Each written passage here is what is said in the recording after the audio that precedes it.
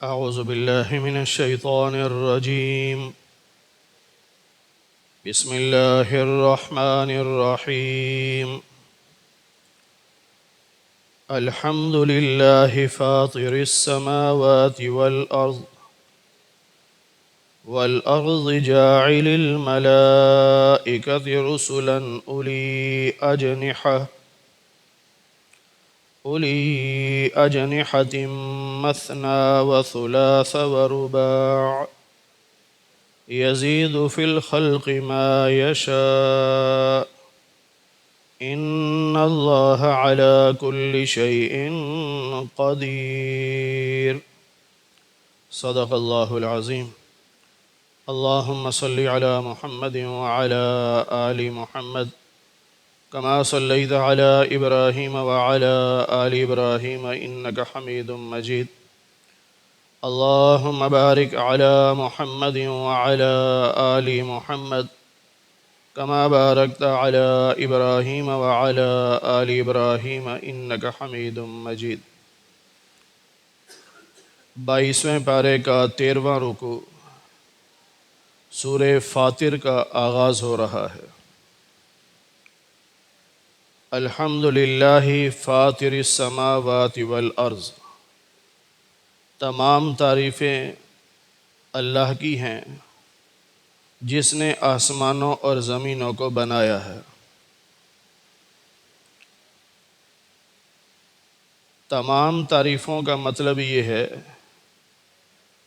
کہ دنیا جہان میں جتنی بھی تعریف ہو رہی ہے وہ جس کی بھی ہو، حقیقت میں وہ تعریف اللہ کی ہے، کیونکہ بنانے والا تو اللہ ہے.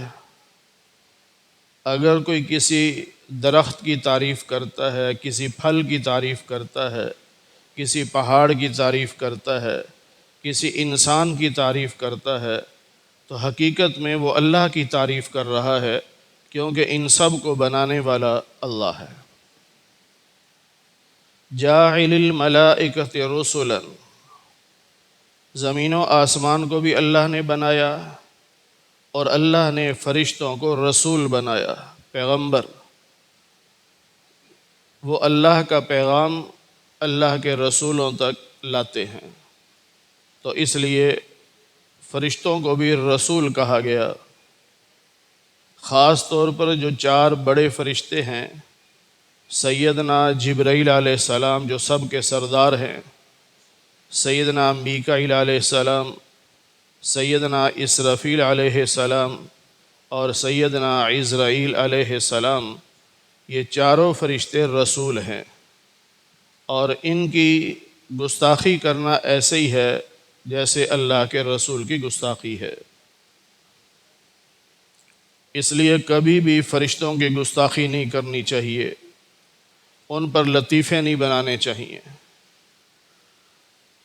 اور بعض لوگ تو لا علمی میں توہین کر جاتے ہیں.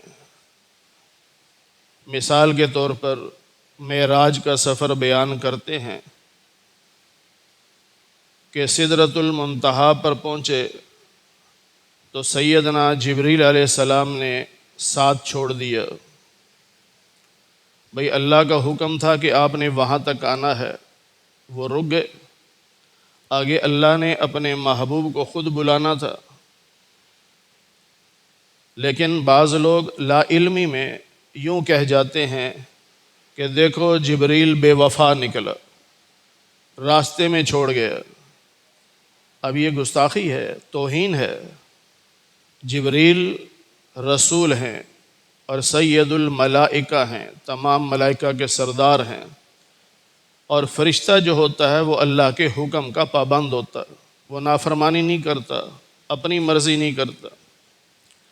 پھر بعض لوگ یہاں تک کہہ جاتے ہیں کہ یہاں صدیق ہوتے تو بے وفائی نہ کرتے.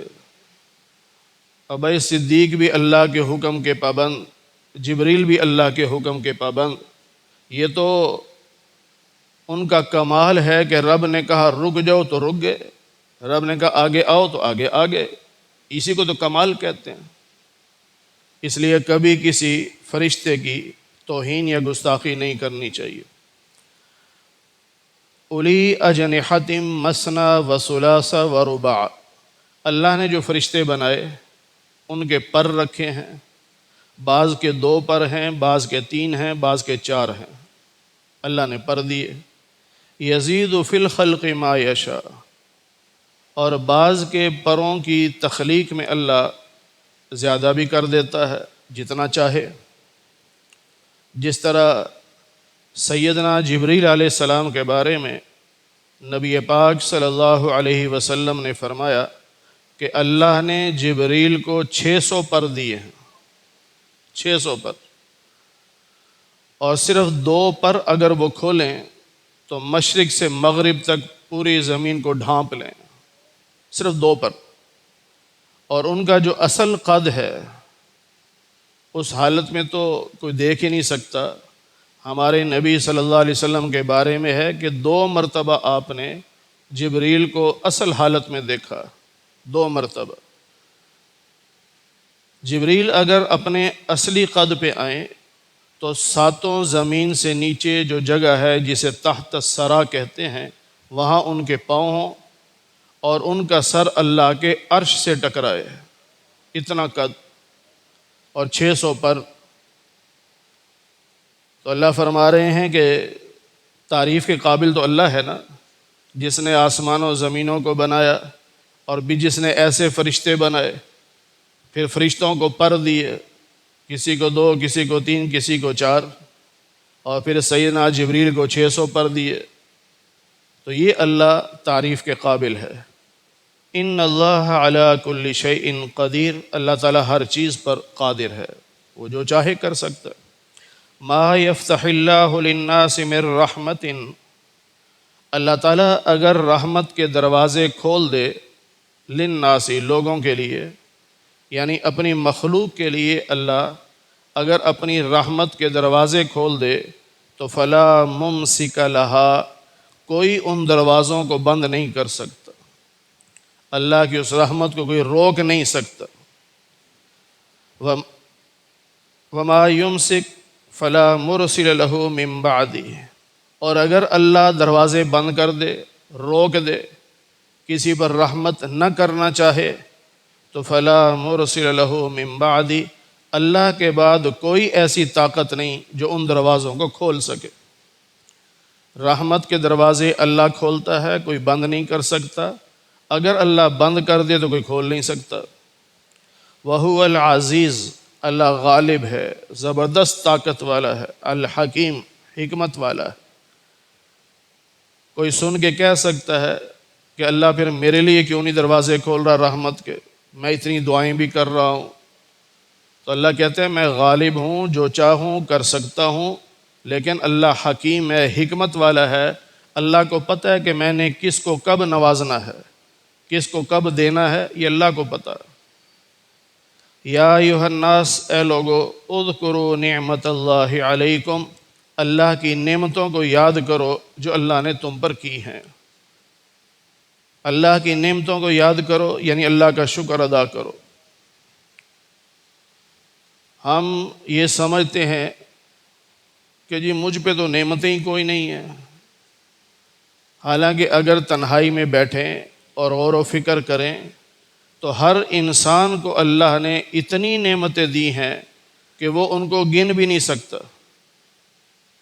13ویں پارے میں بھی اللہ نے فرمایا وَإِن تَعُدُّوا نِعْمَةَ اللَّهِ لَا تُحْصُوهَا، اگر تم اللہ کی نعمتوں کو گننے بیٹھ جاؤ تو لا تحصوها، تم گنتی نہیں کر سکتے۔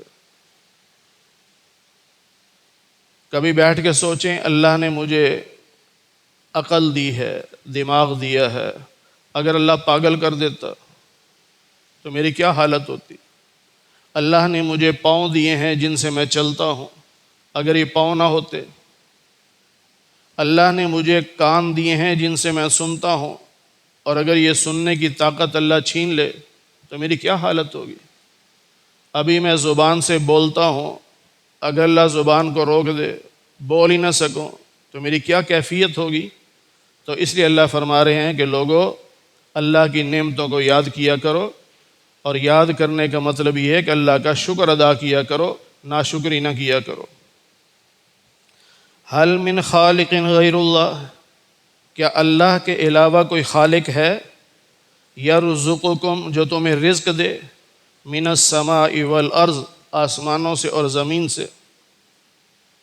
کوئی طاقت ایسے نہیں اللہ کے علاوہ جو آسمان اور زمین سے رزق دے۔ آسمان سے رزق کا مطلب بارش کا برسنا، زمین سے رزق کا مطلب فصلوں کا اگنا۔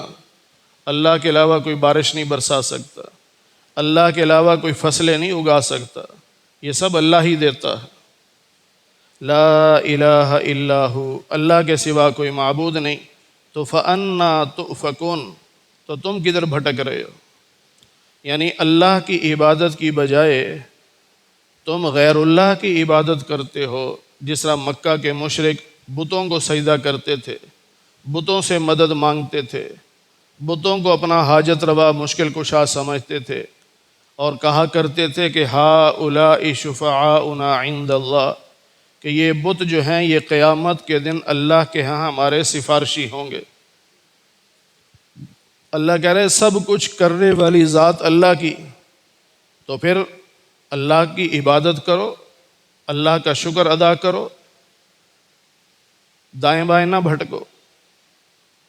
وَإِن يُكَذِّبُوكَ، اللہ نبی علیہ السلام سے فرما رہے ہیں کہ اگر یہ مکہ کے مشرک آپ کو جھٹلائیں، یعنی آپ کا انکار کر دیں کہ ہم آپ کو اللہ کا رسول نہیں مانتے، تو آپ پریشان نہ ہو، اس لیے کہ فقد کذبت رسل من قبلک، آپ سے پہلے جو رسول آئے لوگوں نے ان کو بھی جھٹلایا ہے۔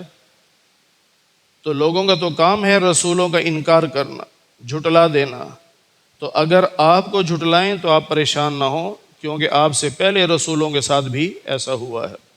وَإِلَى اللَّهِ تُرْجَعُ الْأُمُورُ، اور تمام معاملات یہ اللہ کے اختیار میں ہیں، اللہ کی طرف لوٹتے ہیں، یعنی تمام معاملات اللہ کے کنٹرول میں ہیں، اللہ کے اختیار میں ہیں، اللہ جو چاہے فیصلہ کرے۔ یا ایھا الناس، اے لوگو، ان وعد اللہ حق، اللہ کا وعدہ سچا ہے۔ یہ ایمان رکھنا ضروری ہے کہ اللہ نے جو وعدہ کیا ہے وہ سچ ہے۔ 13ویں پارے میں ہم پڑھ چکے کہ جہنمی جہنم میں جا کر پہلے آپس میں لڑیں گے۔ عوام کہے گی لیڈروں سے کہ تمہاری وجہ سے ہم گمراہ ہوئے اور جہنم میں آئے، تو لیڈر انکار کریں گے کہ ہماری وجہ سے نہیں آئے۔ پھر دونوں اکٹھے ہو کر شیطان کے پاس جائیں گے کہ تیری وجہ سے ہم گمراہ ہوئے اور جہنم میں آئے۔ تو شیطان کہے گا کہ میرا کوئی تم پہ زور تو نہیں چلتا تھا، ایک طرف میرے جھوٹے وعدے تھے اور ایک طرف رب کے سچے وعدے تھے، تو تم نے رب کے سچے وعدے نہیں مانے، میرے جھوٹے وعدے مان لیے، تو میرا قصور تو نہیں، اس میں قصور تو تمہارا ہے۔ فلا تلومونی ولوموا انفسکم، مجھے ملامت نہ کرو، اپنے آپ کو ملامت کرو، یہ شیطان کہے گا۔ تو اس لیے یہ عقیدہ رکھنا چاہیے کہ اللہ کا ہر وعدہ سچا ہے، جو اللہ نے وعدہ کیا وہ سچ ہے۔ فلا تغرنکم الحیات الدنیا، تمہیں دنیا کی زندگی دھوکے میں نہ ڈالے، یعنی دنیا کی رونقوں کو دیکھ کر اللہ کے وعدوں کو بھول نہ جانا۔ اللہ کے جو وعدے ہیں وہ سچے ہیں اور انہیں بھولنا نہیں ہے۔ ہوتا یہی ہے کہ دنیا میں نظر آتا ہے کہ میں اگر رشوت لے لوں گا تو میری آمدنی میں اضافہ ہو جائے گا، میں اگر سود پہ پیسے دے دوں گا تو میری آمدنی میں اضافہ ہو جائے گا، یہ نظر آتا ہے۔ لیکن اللہ کہتے ہیں کہ یہ سب جھوٹ ہے۔ یمحق اللہ الربا، اللہ سودی مال کو مٹا دیتا ہے، ختم کر دیتا ہے۔ ویربی الصدقات، جس مال سے صدقہ دو گے اللہ اس میں اضافہ کرے گا۔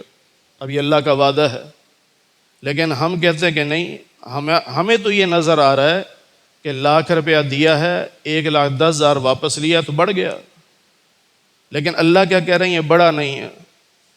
اور یہی ایمان ہے کہ میرے رب نے کہا ہے کہ یہ مال بڑا نہیں ہے، نظر مجھے ایسا ہی آ رہا ہے، اس لیے اللہ کہہ رہے ہیں دنیا کی رونقوں کی وجہ سے تم دھوکے میں نہ پڑ جانا، یہ وقتی طور پہ نظر آ رہا ہے لیکن انجام کیا ہوگا وہ کسی وقت بھی ہو سکتا ہے۔ بعض دفعہ اللہ تعالیٰ فوراً اس کے مال کو برباد کر دیتے ہیں، بعض دفعہ کچھ عرصے کے بعد برباد کر دیتے ہیں۔ علماء نے اس کی مثال دی ہے کہ جس طرح چھوٹا سا کوئی دانہ نکل آئے جسم پہ اور وہ بڑھنا شروع ہو، بے وقوف آدمی کہے گا واہ کیا صحت بن رہی ہے، لیکن عقل مند کہے گا کہ یہ صحت نہیں بن رہی، یہ جوں جوں بڑا ہوگا نا اس کو چیرا دینا پڑے گا اور سب کچھ گند بلا باہر نکلے گا۔ اسی طرح حرام کی کمائی ایک پھوڑے کی طرح ہے، بظاہر عام آدمی سمجھتا ہے کہ جی میری صحت بن رہی یعنی میرا مال بڑھ رہا ہے، لیکن کسی وقت بھی جس طرح اس پھوڑے کو چیرا دیا جاتا ہے اس سودی کاروبار کو اللہ کسی وقت بھی چیرا دے گا، سب برباد ہو جائے گا، اور ایسا ہوتا ہے۔ تو اس لیے اللہ فرماتے ہیں کہ دنیا کی زندگی تمہیں دھوکے میں نہ ڈالے، اور دھوکہ دینے والا یعنی شیطان یہ تمہیں اللہ کے بارے میں دھوکے میں نہ ڈالے، کیونکہ اس نے تو وسوسے ڈالنے ہیں نا، جس طرح ہم نے 21ویں پارے میں پڑھا سورہ احزاب کے دوسرے رکوع میں، تو شیطان جو ہے وہ منافقین کے ذہنوں میں وسوسے ڈالتا تھا، وہ کہتے تھے کہ نعوذ باللہ اللہ اور اس کے رسول کے وعدے جھوٹے ہیں، کیونکہ سامنے جو نظر آ رہا تھا میدان جنگ میں وہ نظر ہی آ رہا تھا کافر زیادہ ہیں، طاقتور ہیں، اسلحہ زیادہ ہے، اور اللہ فرما رہے ہیں کہ حالات ایسے بن گئے تھے کہ تمہارے کلیجے منہ کو آ رہے تھے، اتنے یعنی کہ دہشت طاری تھی۔ تو ان حالات میں منافقین نے کہا اللہ اور اس کے رسول کے وعدے غلط ہیں، جھوٹے ہیں، لیکن مومن نے کیا کہا اللہ اور اس کے رسول کے وعدے سچے ہیں۔ تو یہ شیطان وسوسے ڈالتا ہے نا، تو بندہ پھر پریشان ہو کے کہتا نہیں یہ وعدے سچے نہیں لگتے۔ اس لیے اللہ فرما رہے ہیں کہ تمہیں شیطان اللہ کے بارے میں دھوکے میں نہ ڈالے۔ ان الشیطان لکم عدو، شیطان تو تمہارا دشمن ہے، اللہ فرما رہے ہیں شیطان تمہارا دشمن ہے، فاتخذوہ عدوا، تم اسے دشمن سمجھو، اس کے پیچھے نہ چلو، اس کی باتوں میں نہ آؤ۔ جب رب کہہ رہا ہے یہ تمہارا دشمن ہے تو پھر تمہیں بھی چاہیے کہ تم اس کو اپنا دشمن سمجھو۔ انما یدعو حزبہ، یہ جو شیطان ہے اور اس کی جو جماعت ہے، یعنی شیطان اپنے ماننے والوں کو دعوت دیتا ہے جہنم کی، شیطان نے خود بھی جہنم میں جانا ہے اور جو اس کے پیچھے چلے گا وہ بھی جہنم میں جائے گا۔ تو شیطان تو دعوت ہی جہنم کی دے رہا ہے اپنے ماننے والوں کو، حزبہ اپنی جماعت کو یعنی اپنے ماننے والوں کو۔ اور قرآن کریم میں کئی مقامات پہ اللہ نے فرمایا، خاص طور پر جب آدم علیہ السلام کو اللہ نے پیدا کیا، شیطان نے سجدہ نہیں کیا، اللہ نے فرمایا نکل جنت سے، تو شیطان نے کہا تھا اللہ میں تیرے بندوں کو گمراہ کروں گا، تو اللہ نے فرمایا تھا کہ میں تجھے بھی اور تیرے پیچھے چلنے والوں کو جہنم میں ڈالوں گا، لَأَمْلَأَنَّ جَهَنَّمَ مِنْكُمْ أَجْمَعِينَ، تجھے اور تیرے ماننے والوں کو سب کو جہنم میں ڈالوں گا، یہ اللہ نے وعدہ کیا۔ تو جو شیطان کے پیچھے چلے گا تو شیطان تو جہنم میں لے کے جائے گا، اس لیے شیطان کے پیچھے نہ چلنا، اسے اپنا دشمن سمجھو۔ الذین کفروا، جو لوگ کافر ہیں، لہم عذاب شدید، ان کے لیے سخت عذاب ہے، کافروں کے لیے سخت عذاب۔ والذین آمنوا وعملوا الصالحات، اور جو لوگ ایمان والے ہیں اور نیک عمل کرنے والے، ایمان والے کا مطلب جس کا عقیدہ صحیح ہو۔ ہمارے ہاں عموماً عوام بیچاری یہی سمجھتی ہے کہ جس نے کلمہ پڑھ لیا ایمان والا بن گیا، صرف کلمہ پڑھنے سے ایمان والا نہیں بنے گا جب تک وہ ساری باتیں نہ مانے جو اللہ کے رسول نے بتائی ہیں۔ مثال کے طور پہ قادیانی بھی تو کلمہ پڑھتے ہیں نا، یہی کلمہ پڑھتے ہیں۔ اب عام آدمی کہتا ہے جی وہ کلمہ پڑھتے ہیں تو مومن ہونا چاہیے نا، کافر کیوں ہیں؟ بھئی کلمہ تو پڑھا انہوں نے لیکن عقیدہ ٹھیک نہیں رکھا، کیونکہ عقیدہ یہ ضروری ہے کہ نبی پاک صلی اللہ علیہ وسلم اللہ کے آخری رسول ہیں۔ اب وہ آخری رسول نہیں مان رہا، جس طرح ہم ایمان مفصل پڑھتے ہیں کہ آمنت باللہ وملائکتہ وکتبہ ورسلہ، والیوم الآخر والقدر خیرہ وشرہ من اللہ تعالی والبعث بعد الموت، یہ ساری چیزیں ماننی ہیں۔ ان میں سے کسی ایک کا بھی انکار کرے گا، بے شک کلمہ پڑھتا رہے لیکن مومن نہیں ہوگا۔ تو اس لیے یہاں والذین آمنوا کا مطلب یہ ہے کہ جس کا عقیدہ صحیح ہوگا، وعاملوا الصالحات، اور نیک عمل کرے گا۔ نیک عمل کا مطلب یہ ہے جو شریعت کے مطابق عمل کرے گا، کیونکہ ہر بندہ ہی اپنے عمل کو نیک سمجھتا ہے نا۔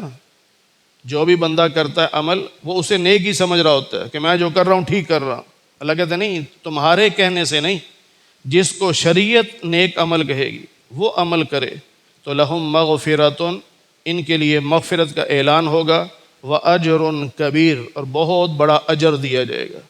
اللہ کی طرف سے بہت اجر ملے گا اور اللہ کی طرف سے مغفرت کا اعلان ہوگا، اور یہ بہت بڑا انعام ہے کہ اللہ کہہ دیں میرے بندے جا میں نے تجھے معاف کیا، یہ بہت بڑا انعام ہے۔ تو اللہ فرما رہے ہیں کہ جو عقیدہ صحیح رکھے گا، عمل شریعت کے مطابق کرے گا، اللہ اس کی مغفرت کا اعلان بھی کریں گے اور بڑا اجر یعنی جنت بھی عطا فرمائیں گے۔ اللہ تعالی ہمیں قرآن کریم کی صحیح سمجھ نصیب فرمائے۔